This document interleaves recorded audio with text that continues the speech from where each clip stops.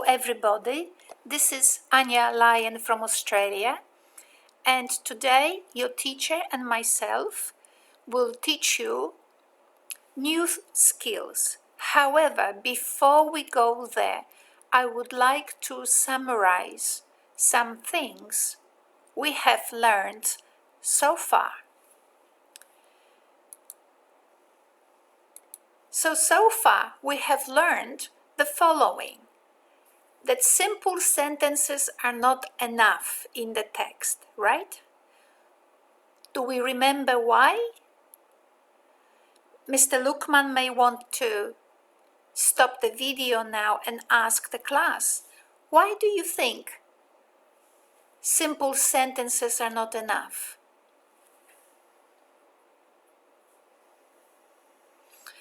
So text communicate emotion. Do we remember that? We will go through it very quickly today, just so that we can refresh our memory. We need to find words that help us to communicate this emotion. Texts develop along contrasts, and each contrast has its own word groups. Okay, so we will go through the fable very quickly today and see how much you remember, and let's begin. So, simple sentences are not enough. Remember this one? So we looked at the story and we were thinking, what about if we crossed out some word groups and have a look what we will get if we delete some words, right? So if we deleted in a field one summer's day, what are we losing here? Mr. Lukman might ask you here, do you remember what we're losing? If we cross out in a field one summer's day. Right. So what we're losing here is the place of the story where it happened. And we're also losing the first contrast, right? The summer. We now know it because we've read the story. We have analyzed it, so we know that the word summer is extremely important. Why? Every time I make a break or ask a question, Mr. Lukman might want to stop the video and ask you the question and see whether you remember. So the summer was very important because very quickly we go to winter, right? So that's why the author had to introduce the word summer. So that was important, right? To place the story not only in some space like field, because we will be talking about insects, but also in time, because the story, for this particular story, time matters. Right, so, okay, so we will keep it, right? We will uncross it, we'll keep it. And that chirping and singing didn't have to be there, but the author put it there. Why? Because, anybody knows? Do you remember? Because the author wanted to communicate to the reader the emotion of being carefree. Otherwise, the text would have been very, very flat. The grasshopper was on the grass, the ant was on the grasshopper didn't work, the ant worked. Right?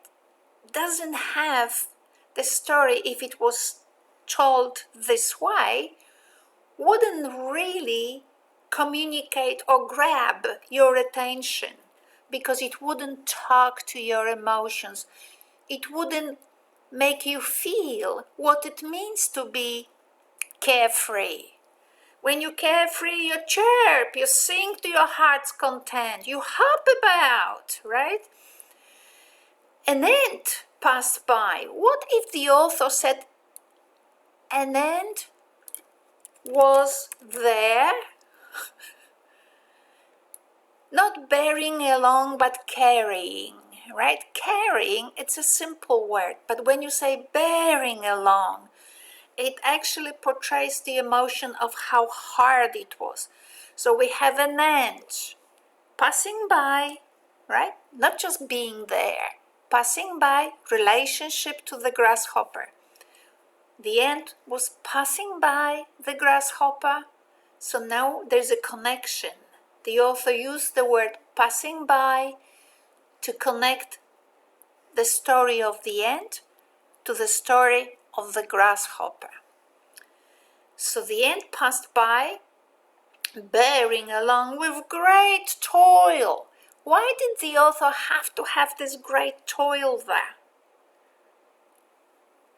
Right, to make you, the reader, feel how hard it was to carry this ear of corn. It is summer, it is hot, the ant is small, it is carrying this big burden. Surely the ant is sweating, right? So now we have two emotions contrasted, the hopper and the chirper and the singer, as opposed to the sweating little ant. Those words were needed for us to feel. I'll show you another bit here in this text where it's very clear to us this point. Simple sentences are not enough. If you want to communicate to the audience, you must grab their attention. You must look for words that make them feel what you feel. If you want the reader to feel for the ant or to understand the grasshopper, give us something. Give us something to make us understand the grasshopper and the ant. And the way to do it is give us some words. Instead of saying the grasshopper was carefree and the ant was hard-working, we have beautiful words. He was hopping. They portray this feeling of being joyful, being carefree. But there is another one here I really like. You see here, when the winter came, the grasshopper had no food and found itself dying of hunger. It would have been enough to say that, right? The rest of the sentence doesn't have to be there, because we understand the grasshopper was not collecting supplies for winter. So when the winter came, the grasshopper had nothing. It would have been enough to say when the winter came, the grasshopper had no food and found itself dying of hunger. But the author added these words here. Let's look at them. While it is the grasshopper, while the grasshopper saw the ants distributing every day, how painful, every day, corn and grain from the stores they had collected in summer. Right? So the author added this clause here to illustrate the torture of the grasshopper. Right now, with this word group that describes how the grasshopper is feeling, we are seeing very clearly how this torture of dying of starvation must have felt to the poor grasshopper, right? the grasshopper found himself or itself dying of hunger while it was seeing the ants eating what they collected, eating every day, distributing this food every day. So as the grasshopper was shrinking from hunger, the ants were doing very well with each day. So you can see that writing simple sentences is not enough.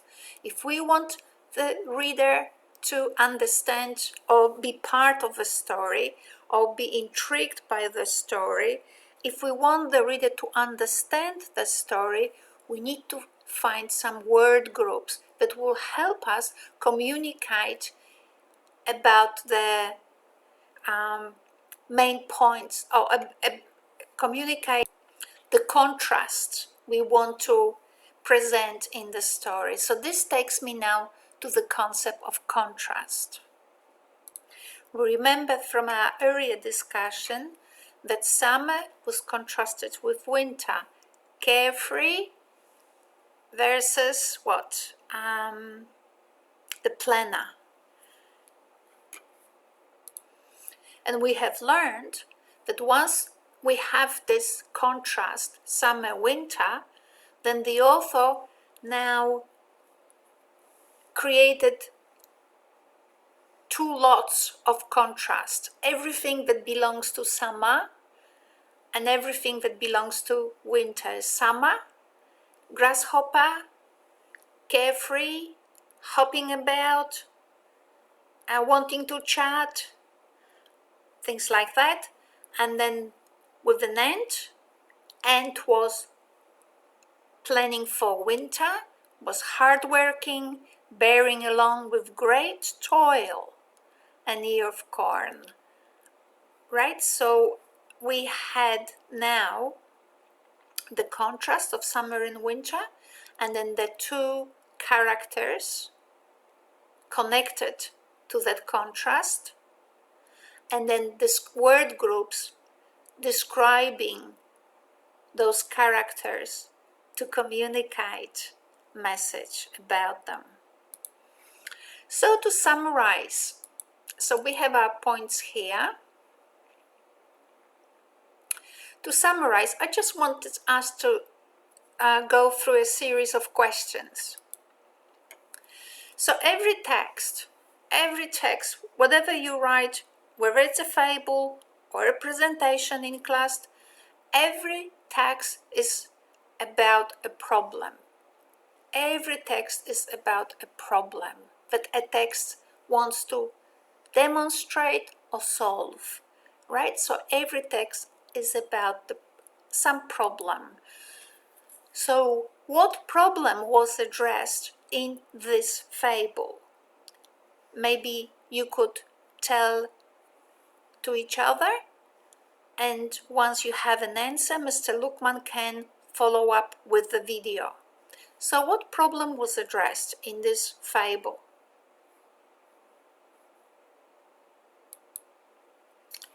I suggest that the fable was about what happens when we do not plan ahead, right? That sometimes we have to sacrifice the good times, right? Sometimes we have to sacrifice the good times and put in some work to reap the results. So the fable was about what happens when we do not plan ahead. So how did the author achieve this? How did the author help us to see that the fable was about what happens when we do not plan ahead? How did the author achieve this? You can stop the video and have a discussion.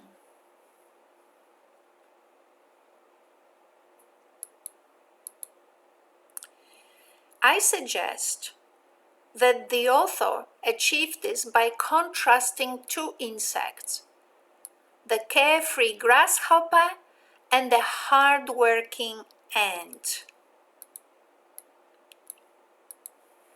Did you get the same answer?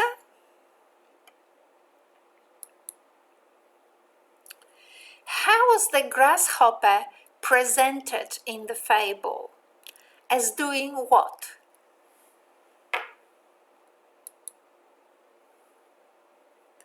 The grasshopper was hopping about, chirping and singing to its heart's content, and wanted to chat with the ant, and distracted. That's right. And what was the ant doing? Does anybody remember what was the ant doing? Passed by the grasshopper while bearing along with great toil an ear of corn that it was carrying to its nest. That's it. So what did the ant do? Kept on working. Kept on working. And what was the resolution? So what happened at the end? Let's find the right words. What happened at the end? When the winter came, the grasshopper had no food and found itself dying. But to communicate this emotion, the torture of dying, we better add these words. While it saw the ants distributing every day, corn from the stores they had collected in the summer. Lovely. So what is the moral? It is always best to prepare. Okay, so just to show you now why we were doing all of that.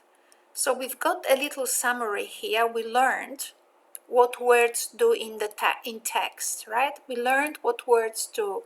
We know that text begins with a problem. We know that in order to address the problem, we now create contrast between two different positions or two different attitudes. And then we use word groups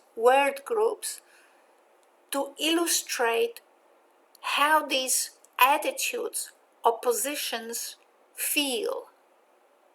Right, so grasshopper is what? First happy and then shriveling while watching every day the ants distributing the food, right? So that's what we learned. Now, how would you tell the story? How would you retell this story yourself? If I were to ask you, can you summarize the fable? So I suggest Mr. Lukman stops the video here and asks students to summarize the fable either in English or in Indonesian, but summarize it, and then we will compare with my version. Okay, so please stop the video, summarize the story, the fable, about what happened. So you can start with something like the fable was about. Okay, so I give you time now to finish your own summaries. So when you're ready, you can have a look what I did. Right? So you can have a look at what I did. So I wrote, the fable was about what happens when we do not plan ahead. What happens when we do not plan ahead? Now, to demonstrate this, the storyteller contrasted two insects, the carefree grasshopper and the hard-working ant. Then, what the author did, we had a bit of a comparison of those contrasts. So during summer, the grasshopper was hopping about, chirping and singing to its heart's content, and wanted to chat with the ant that passed by, and distracted.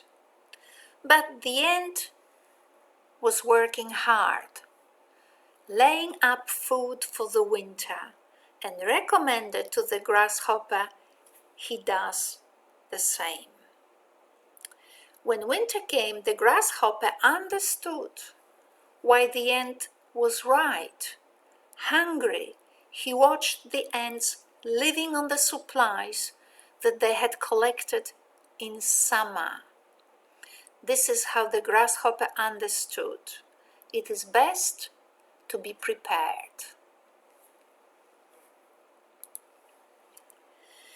So have a look at, discuss my summary and compare it with your summary. Have a little chat, so stop my video, please, and have a chat comparing your summaries with my summary and discuss whether the summaries were the same or were they different. And if they were different, what was different about them? Right? I would like you to reflect a little bit on the way you structured your summaries. And once you're done, I will tell you about my own approach to the summary that I created. So here's my approach. Typically, when people summarize fables like this one, they don't do it well. They say, oh, there was a grasshopper and the ant, and the grasshopper didn't want to work, and the ant wanted to be ready for winter, so it was busy collecting the supplies. And once winter came, the grasshopper found himself or itself, both forms correct, dying of hunger. And this is how the grasshopper learned. It's best to be prepared. That's not a bad summary, but a much better way is to summarize a fable or any story by getting straight to the problem, right? So the fable was, what was it about? Just name the problem. So when you summarize, you need to establish the focus, right? So the fable was not about the grasshopper. It was not about the hard-working ant. The fable was actually to indicate to us what happens when we do not plan ahead, right? So writing a summary has its own style, and we will follow the sequences that we learned last time we worked with the text. Right, so what's the point of the fable? The point of the fable was to show us what happens when you are carefree and you do not plan ahead. Carefree is good. Too much carefree is not good. So that's what the fable was about. And this is why we were learning how to analyze text, so that when someone asks us, summarize, we begin with the problem, right? So this text was constructed around a particular problem, and that problem was, what happens when we do not plan ahead? And then we say, well, the problem of the text was this, and to demonstrate what happens when we do not plan ahead, the storyteller picked two characters, right? Contrasted two insects, the carefree grasshopper and the hard-working ant. So now you can together use this specific structure that I exemplified here, and the reasons I am suggesting to you now for this structure, and reflect why I think this is a good way to summarize a story, right? So discuss with one another whether any one of you summarized this way, and why you did it, why you didn't do it this way. Have a chat about it, because learning is in those reflections you are making right now. When you stop the video and when you discuss how you summarized, why did you summarize the way I did? Why you summarized differently? Compare with my text and with my reasoning, and you will learn in this way. So I will finish this podcast, and I will start now a new one and take you now to more complex texts. Thank you.